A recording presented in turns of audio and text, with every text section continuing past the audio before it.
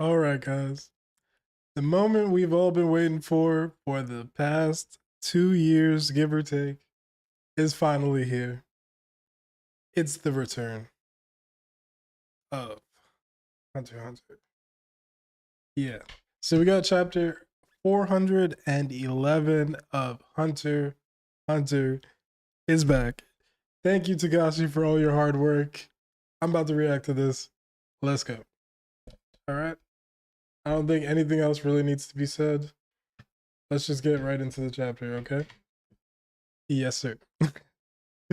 Anyway, so we cut to, I believe this is in Hulkenberg's perspective of the phone call with Benjamin, with him thinking that he's talking to his top officer.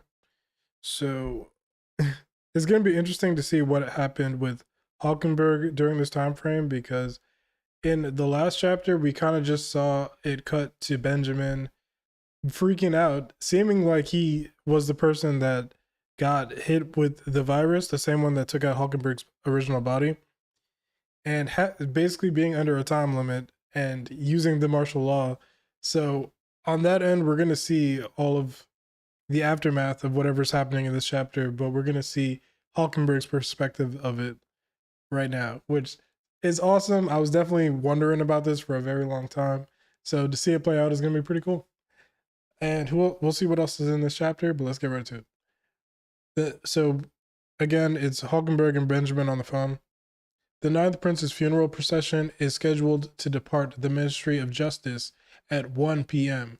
and arrive at the funeral hall on Tier 1 before 2 p.m. However, and this is day 12, the Thursday, 8 a.m. inside the Ministry of Justice.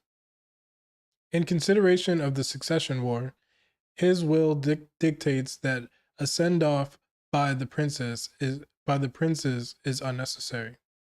Once the Ninth Prince's private army is disbanded and the procedures for their reassignment to Tier 2 and below are complete, I will return there.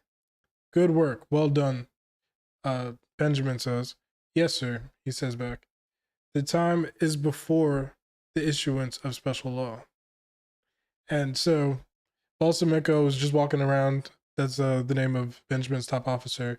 But on the inside, you could see Hulkenberg is really the person controlling the body here. How is the 11th Prince doing? This is my guy. I think his name is Kaiser. This is my guy with the glasses that's been hanging around Melody. And the which prince is this? This is the 9th Prince. Not the 9th Prince, the 10th Prince. The 10th Prince is like a Nenby's kind of pretending to be here. It's not really her. It's expected to be, it's to be expected. She needs to rest quietly until she recovers enough to wake up naturally. Could it be that I'm making Fuchan, yeah, the 11th Prince is Fugetsu, Fuchan use up extra energy, which is an interesting theory because this is a creation of her energy through her Nenbeast. You absolutely must not worry about that.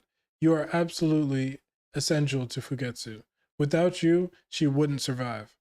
Whether the Ninth Prince's death was a suicide or an assassination by the First Prince, the funeral will likely be held grandly and solemnly so as not to provoke public backlash, Kaiser says.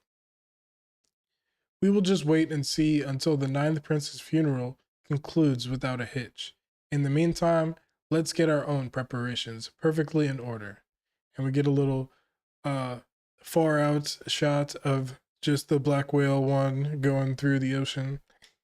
And now we cut to a shot of a hallway, and the door says 302. And we got this ugly ass chick from the excuse me. This ugly ass chick from the Prince Camilla's private army of suicide bombers, and she's looking in the mirror, and she could change the way her face looks.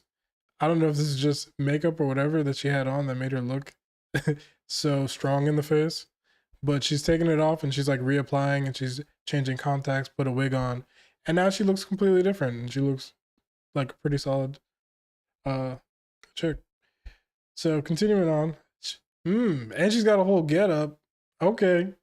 Yo, she got a disguise and everything, so she ain't even coming in there on that militant stuff that all of them kind of, presumed when they're just in the room with Camilla. But anyway, my, you've disguised yourself quite skillfully. Grandma, you're getting senile and so forgetful. This is my original self, while my persona as the captain of the guards is just an external mask. Ho ho ho ho. Do you even know the meaning of original? Yeah, why is she flaming her? By the way, the situation has changed significantly with the death of the ninth prince, but we are still executing the plan as scheduled, correct? Yes. Finding an then exorcist is essential, so I definitely want to smoke them out as early as possible. Well, it would be well, it would be best if there isn't one, but working under the assumption that there is, we'll have to drastically alter our approach depending on the type of nun exorcist they have. The curse on the 14th prince. How many days do you estimate it will take to accumulate? If our rooms are separate, I can't see them. It'll probably take a full week, even if we're in the same area. Now, I can't lie. If Karapika is smart, the baby would always be in a different room, right? Along with the queen. I feel like that's what it should be, and I can't remember off the top of my head if that's what it has been up until this point. But while the class is going on, they should be in the room with my guy, Bill. If we're lucky and they lower their guard, letting me get close enough to touch them, I'll wring their neck and kill them on the spot. And I feel like Karapika's already a little bit wary of why this girl is being added to the class at this point. So I feel like whatever she's planning to do, she's not going to get that shit off, I don't think. I think somehow Karapika's going to smoke her ass out. But anyway, if it comes to that, please make sure Kako is my successor, or Keiko potentially. Well, I'm off then. 10:14, and so she's finally arrived to Karapika's room, and we got all the people from the Nen class, and we got Bill in the back protecting. I can't remember the name of the maid off the top of my head right now, but Shimone, I think, is with the baby, and behind her is the queen resting. Bill got his stern face on though, so he looked like he not about the shit right now. And then we got Karapika with the two guards from I want to say, is it the third prince? Maybe I think these are the two guards from the third prince. And so we're getting into the second training session now. I've been waiting like hell for this. Karapika's my favorite character in all of Hunter x Hunter, so I love anytime he's involved in the story, and this has been like his main part of the Succession War. Even though he's really had his hand in a lot of different stuff, but this is I like to see how he leads this room of that has a lot of really powerful people, both in a strength way and a influence way. So, and this class is going to be possibly more crazy than the first one, since there's a literal assassin that's getting highlighted at the beginning of this chapter. So let's continue on, and I'll stop yapping. But there's so much to talk about this story, and it's finally back. So sometimes I'm just going to yap a little bit. I'm just going to be honest. Second training session, current participants 18 now. Based on the results of the previous session, Karapika says, since there were several people who wished to continue taking the course and level up, we hastily increased the capacity and decided to split it into an introductory class and a beginner class. However, for the introductory class, a 2-week training course will put you in a state where you can use Nen. I will promise this unchanged from last time. And what's my guy's name? The guy that's been trying to suss out everybody's Nen type since the beginning of the first class. He's with my guy Bobby Minor. Oh, he says, he thinks to himself, or he's saying it quietly to Bobby Minor, I think. He says, which of us is going to the introductory class? Oh yeah, you don't have to put up a tough front, you know. No, seriously, you should be the one to do it, Bobby Minor says. He says, that'd be you. I think it's probably be the prince's arrangement. Oh yeah, you don't have to put up a tough front, you know. No, seriously, you should be the one to do it. I wonder what Bobby Mine is up to really, because I remember the chapter that Beyond Netero's daughter, Longhee, revealed that she was his daughter and that he had children all throughout the Kakin Empire. I remember when she came out the room, Bobby Minor was acting like a little weird, and Fury Cove, that's his name, Fury Cove noticed that and kind of like noted it to himself. He was like, why is he acting a little weird? It made me think that Bobby Minor might be one of Beyond's kids and that he may already have some kind of relationship with Longhee, or he may already know like of her. So interesting thought as to why it is that he wants him to go to the introductory course specifically, and for Bobby Mana himself to go to the beginner class. Anyway, Karapika says, for the beginner class, 1 per week. I promise to have you master the basics of the 4 major principles. Furthermore, for the princes whose intentions and interests align with ours, I will permit an increase of 1 person per prince, limited strictly to the introductory class. Interesting. I want you to confirm by phone whether or not they wish to add 1 more person. The beginner class course has been extended to 1 month, but of course you are free to quit halfway through. And Furikov is thinking to himself, the basics of the 4 major principles in 1 month? That's an impossibly fast pace for normal training. But if he uses an attack, it's not a completely impossible number. Is the stalemate in the succession war continues? If the stalemate in the succession war continues for another month, the second time attenders here will become full-fledged nen users, even from a military standpoint. They will no longer be ordinary humans.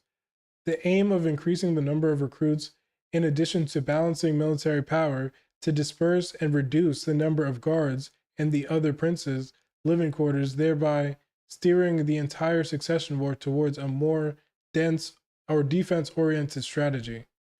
Damn, Fury, and that's one thing I like about Fury Cove, even though he's a little weird, is that he's always analyzing what's going on. And that's why I feel like it's interesting to me that he's not a little bit more suspicious of Bobby Mina up until this point, because he's suspicious of everything and everyone that, around him. So anyway, we got 13th. No, okay. I don't know what she's saying here, but I think she's saying Bellarente. I think she's saying like a nickname for him. This is one of the maids. She says, Barere-san. He goes, 13th Prince Guard Hunter Association member Bellarente. During the previous lecture, a murder happened here, right? The culprit hasn't been found yet. Will it be okay this time? Well, to be honest, I don't know, but I don't think you'll be targeted. However, if you spot a girl wearing a mask, let me know right away. So did they mention about that? I guess Shimone said what happened, what she thought she saw. I wonder what he's gonna do. That's kind of interesting. But anyway, don't you feel like our skin condition has gotten really good? Also, my stiff shoulders are completely gone. 11th Prince Attendant Heraldia. This is her 2nd time in the lecture. And then, I know, right? We're tired, but it feels like power is welling up, even more than that. 11th Prince Attendant, also for the 11th Prince. Radiolas, also her 2nd class. And okay, so we're getting just all of the side characters yapping about this, that, and the third thing. I think this is really just this is really just Tagashi being like, okay, I know you don't remember literally any of these characters' names, so let me just slap some title boxes on every character in this chapter, and then we'll get on with it. That's what it seems like to me so far. But anyway. Now this is 10th Prince Attendant Ricoli. The 6th Queen denied it, but if the military police tried to blockade it, then Prince 10 is all ready. Shh. We just need to do exactly what we were told to do. 10th Prince Attendant Yuri. And this one is interesting to me because Yuri is the one that I suspect to be the silent majority person, because she kind of looks like the doll with the mask, or the girl with the mask. She basically looks like her. So I feel like this is kind of interesting that they're having this kind of talk right here, Because what exactly is it that they were told to do? To me, it seems like it was to cause havoc or something like that. Anyway, bringing another person who is also a guard means that the Nen ability is just that powerful, right? The seventh prince intends to wait and see until the trouble between the mafias is settled. We should look at this grace period as a golden opportunity. So I feel like the other way that Tagashi is kind of using this chapter is to not only remind you some of these characters' names, but also who it is that they're aligned with before this second class kind of gets going. You know what I'm saying? Yeah. So we got my guy with the, I don't know how to describe his hair, but he's got the white and it's going up and down. Okay, no, they're saying his name right here. His name is Satobi. He's a guard of the seventh prince. He was in the first class. As soldiers belonging to the second queen, we will be reorganized afterwards, no matter which prince becomes the king. In that case, whether or not we have mastered this ability will greatly influence our future assignments and prospects. So they just kind of care about the second queen and her uh ideals, basically. And now we got seventh prince guard who, oh my god, yo, these names are going hard right now. Hubayich, maybe. True. Also, I thought being able to make contact with the second prince's private army here would be a massive advantage. Okay. So yeah, that's the guy that's yapping with Satobi. I'm gonna say Satobi and friend, because that name is messing me up. I can't lie. Wait, that's a maid, right? Might just be a standard reconnaissance agent, recon agent. Sorry, the way that it was like written out there looked weird. The 14th prince is in the master bedroom. She's thinking to herself, this is second prince's private army captain, and she's the captain of the suicide squad. I might as well just call him that and call it a day. She's the captain of the suicide squad, so you know she got to be highly skilled. And we already see that she's a master of disguise so far. So it's going to be interesting to see who it is that's going to be the person that figures out what she's doing. I feel like it could be Kurapika, but it could also be somebody else. No one else really has an incentive to stop her from harming the 14th prince specifically. But if they see her as a threat to something else that they have an interest in the room, then it's a possibility that somebody else stops her. But it'll be most interesting to me if Kurapika is the one to do it. So she thinks to herself, the 14th prince is in the master bedroom. Distance-wise, it's closer than I thought. It seems I can also get my hands on something the prince has used.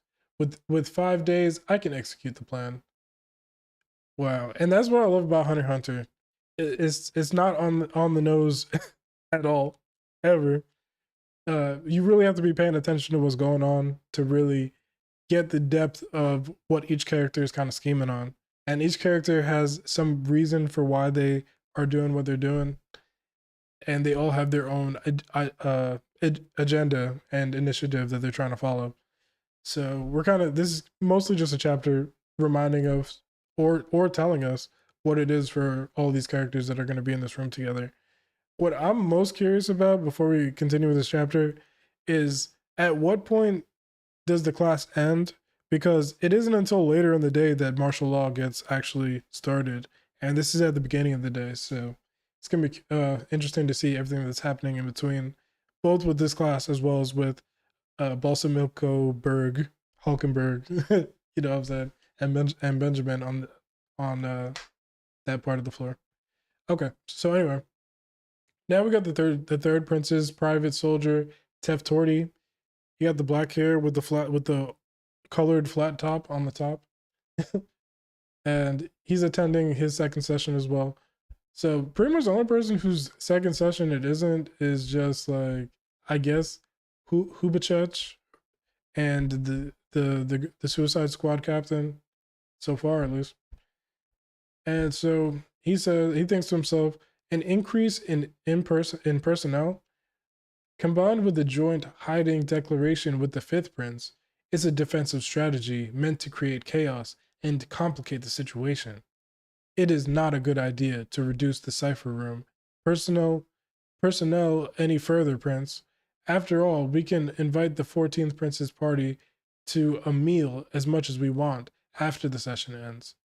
Well, however, we must do it in a way that, however, we must do it in a way so that the first prince's side doesn't receive reports that we are very good friends.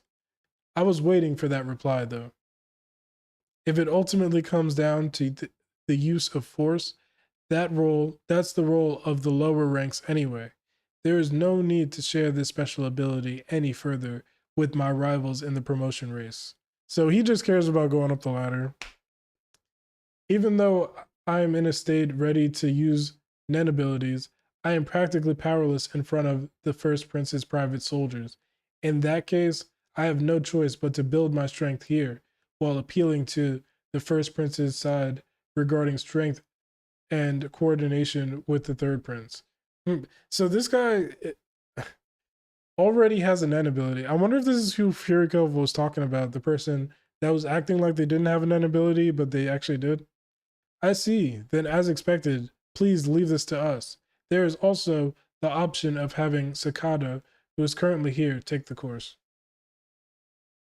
Okay. So now we got the 5th Prince's private army captain. He's the older guy with the hair that goes down to like here.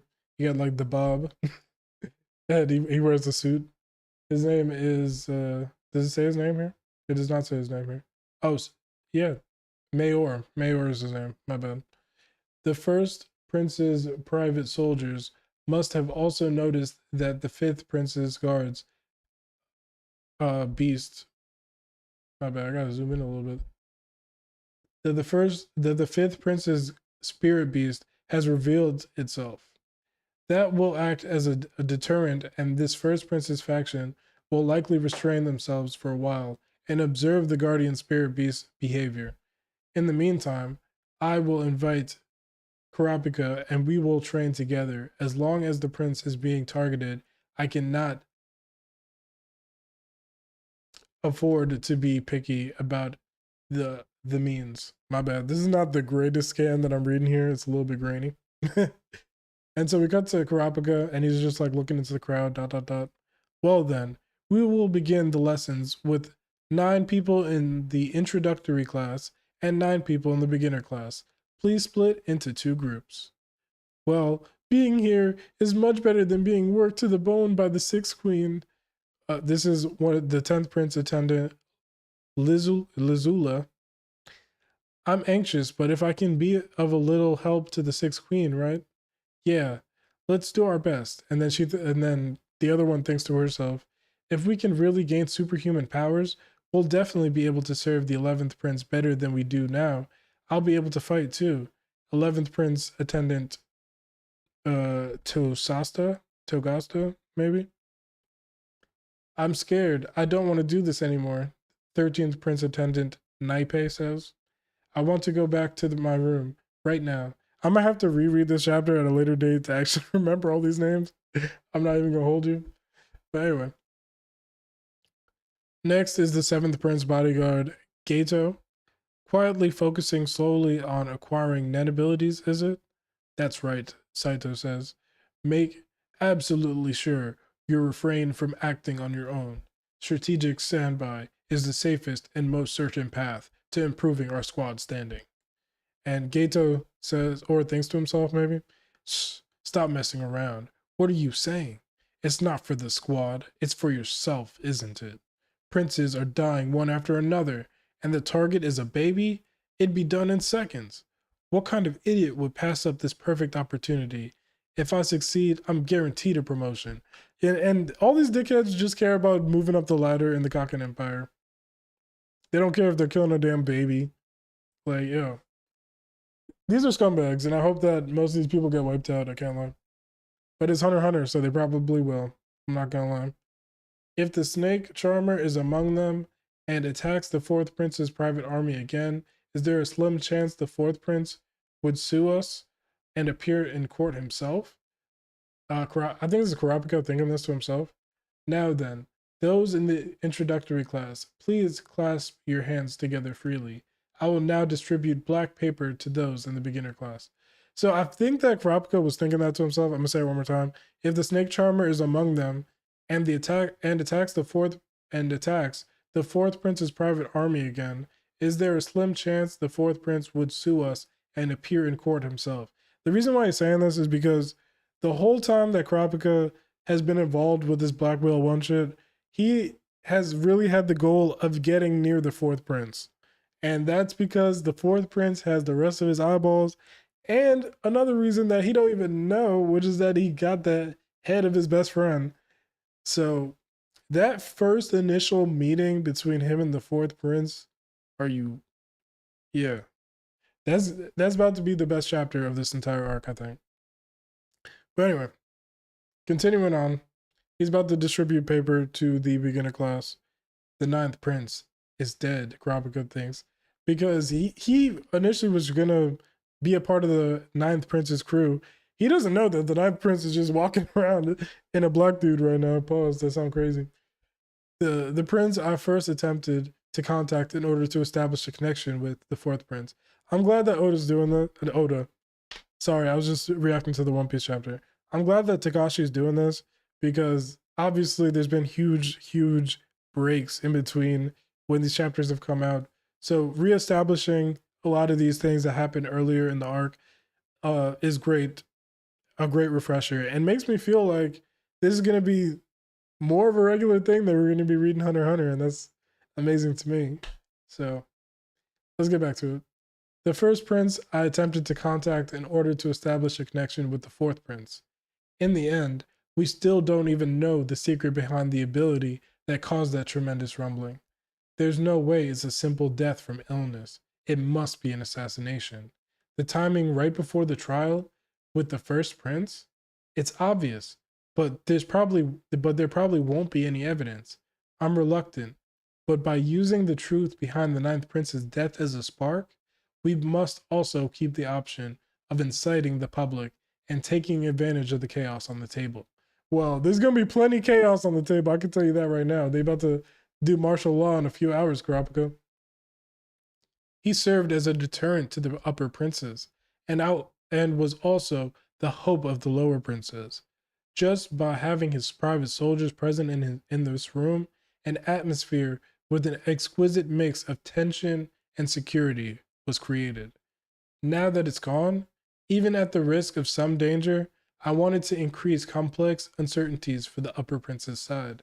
But, as expected, there are no princes trying to allocate any more personnel to the judicial bureau, I suppose. And while he's thinking to himself, Shorty that put the wig on at the beginning of the chapter is just eyeing him down, analyzing everything that he's doing. I am Gipper. I'm sorry, yo. Tagashi was just doing whatever with some of these names, yeah. I am Gipper, assigned to the first tier to replace Borkson. Is there anything noteworthy from the handover with Muhan? Don't die. Don't die being the first thing you say to the new guys is insane. If both of you are killed here, the prince won't stay quiet and it could become a matter of my responsibility. Especially and he thinks to himself, especially when the matter of the souvenir finally got brushed under the rug. Excuse me, can I say something? I think it's Slaka, right? Yeah. I'm Slaka, a soldier belonging to the second queen. Third prince bodyguard, Slaka. I like Slaka, so I'm gonna go with that.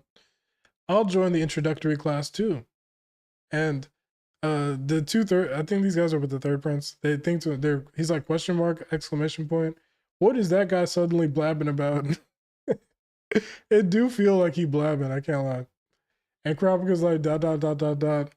We don't mind, but belonging to the second queen, meaning he's a close aide to the second prince? No, he's a bodyguard for the third prince. And if I'm gonna just stand around here dazed, it's way more beneficial to learn an ability. The third, a bodyguard who serves as a supervisor to a lower prince, leaving his post to come here? That's normally impossible, right? This guy's thinking to himself. Is he sticking around to gain something important? If they intend to leave us out the loop, we'll have to reconsider the treaty itself. Idiot, you're giving them unnecessary information. You're just giving them unnecessary information. Are you trying to ruin the friendly relationship we went out of our way to build? Yeah, Slack is just an idiot, clearly. And so Slacker thinks to himself, he's like, this bastard, knowing fully well and doing it on purpose. He's just a dickhead, clearly. Taking advantage of my silence during the previous lecture, sneaking around my back, and making under the table deals. If you have no intention of handing over the information regarding Nen that could influence the succession contest to yours truly, I have absolutely no desire to play along with your friendship game. Slacker thinks to himself. Good grief, Karapka thinks to himself. As some of you may have already noticed, the reason is being demonstrated here due to certain special circumstances. It is to learn the crucial information regarding Nen that could even influence the succession contest. Since this is a good opportunity, I shall announce it right now, right here. Okay, get right to the shits, Karapka. We ain't got time to waste. We waited long enough. Let us know. Wait a minute. If you talk about that here and now, even though we might have been able to advance the succession war to our advantage with that information, is that what you mean? Actually, unfortunately, it's not that kind of information, Karapika says. And the third Prince Guard is like, really? That was the whole point. And Bavimana is looking from the back. It seems the expression influence of the outcome of the succession war caused a misunderstanding. I apologize. I am very sorry for phrasing it in a way that could be taken to mean only the prince who obtained the information will benefit. And then Slack is confused. No, wait. How else are we supposed to take it? I will explain that now. Even Furikov's like, and Bellarente is like, everybody's confused in the room right now because clearly that's what everyone thought. Right now, on this ship, the succession war to decide the next king of Kakin is in progress, in an insane situation where the sole survivor inherits the throne. First, a fundamental question arises regarding that. Why go that far? Karapika says. And everybody's just, they're all listening, but they're all like, what the fuck are you talking about?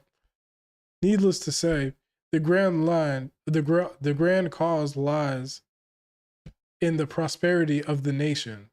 A king to lead over 1 billion citizens. When it comes to the state of affairs, ritual that decides such a thing. Even when it comes to the state of affairs / ritual that decides such a thing.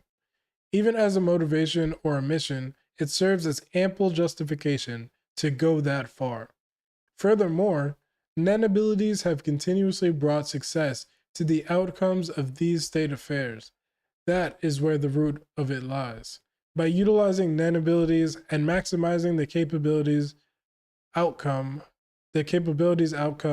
through vows and limitations, it can further solidify the leadership of the next king who survives this fierce competition, making national prosperity rock solid. That is how powerful Nen can operate. What are vows and limitations? The principle by which one gains remarkably higher efficiency and power by taking on stricter resolve and greater risk. The act of sacrificing the lives of one's own bloodline to narrow the successors down to just a single person carries immense resolve and even brings the risk of complete clan extinction. However, up to this point, this is strictly the resolve of a ritual that decided to conduct this succession war, the resolve of enshrinement and offering. So that's the different pieces that are kind of holding the succession war together, I would assume. The Matsuri in Matsuri Goto, ADM. The way that this is written is pissing me off sometimes. Administration / affairs of states has 4 meanings, and Kakin has utilized this in their Nen-based succession war. Prayer to God, praying for the national prosperity and establishing a vow, offering to God, offering the lives of blood, relatives as a proof of resolve, which is true, comforting souls and spirits, gathering those who died during the succession war into 2 locations to form an aura field. Unity of government and ritual, politics by ritualists, governing the affairs of state using the immense power gathered through the ceremony. This is literally what the succession war was doing. The process of advancing the succession war, the restrictions, risks that arise during the ceremony. If these are not established, the Nen required to maintain the power of the guardian spirit beast, the leadership necessary for the government, that is what makes one fit to lead the masses as a king, cannot be generated. So basically, all of those things, the risks, the sacrifice, the comforting of souls, the unity of government and ritual, all of that coming together is what makes the succession war even possible to begin with. And that means a massive amount of Nen has to go into it as well. That very restriction is crucial information fully capable of swaying the outcome of the succession war. Voyage to the new continent takes 2 months. Since 12 days have already passed, what remains is about a month and a half. Since a ceremony is scheduled immediately after landing, where the current king will officially announce the prince who will become the next king. There is no doubt that the deadline for the succession war is during the Black Whale's voyage. Determining the next successor during this time is an absolute requirement. If the deadline arrives and the succession war is not concluded with only one single prince remaining, the Hyogyo-ro family will fall from the royal throne. And everyone looks shocked. That's crazy. Everyone looks shocked. Agitation? No, scratch that. You mean a regime change? If we lose the adaptability, extraordinary manipulation capabilities, and everything else that's been heightened to their absolute limits by Nen, that is the inevitable outcome. Isn't the risk higher if it's everyone dies if you don't meet the deadline? Why do you think of it as a collapse rather than total annihilation? At the moment it is decided that one person can survive, a contract risking one's life has already been established. Completely stripping away options during the course of the festival is not a restriction, but coercion. For the Nen, it would end up having the opposite effect. This is wild, dude. Leaving an option for when the succession contest is not completed. In other words, the freedom that permits multiple princes to survive. By leaving hope for the participants in weaker positions, the risk of the rulers self-destructing is hidden behind the restriction of a time limit. And Furikov is thinking to himself, are you really the one saying that? That's basically egging us on. Like we're screwed if we don't hurry up and kill the lower ranked princes? Yeah. Furikov can't believe what the fuck going on. Anyway, one more thing. I shall make a major announcement. The 14th prince does not possess the qualifications for the succession war. Oh, and everyone is shocked. Okay, let's see what's going on then. What's going on then? Why doesn't he? Why doesn't she? Is it she? I think it's she. I think Woble's a she. And oh my god, is it what? Yo! And it just cuts to Wobble in the bed and Queen Oito looking over like So yo, is it because it's Beyond Netero's kid? Is that why? I don't know, but Oito's looking like, you know, a chick after the walk of shame. This was a crazy chapter, yo. Tagashi definitely did his thing with this. So many questions answered in one chapter. And obviously, as with any Hunter x Hunter chapter, the more questions get answered, the more questions you're going to have at the end of the day. Because you're just going to have more questions even after that. We got reminded of pretty much every character of importance that's in the Nen class and what their names were, what their motives are, and who they kind of represent. Even if that's not the prince that they're technically looking after, most likely isn't, to be honest.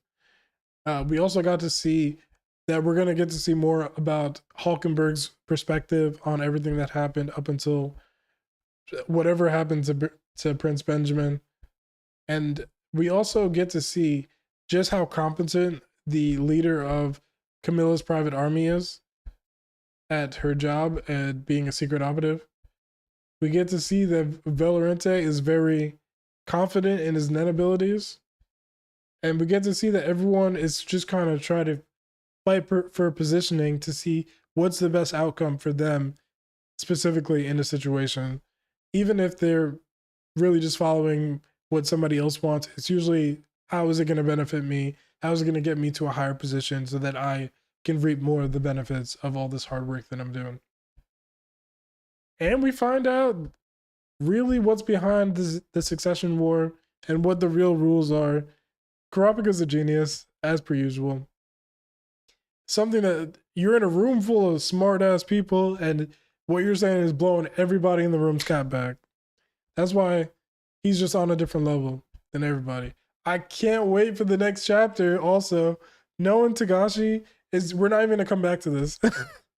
I hope we do though. I hope it just rolls into the reason why. But I can see us going.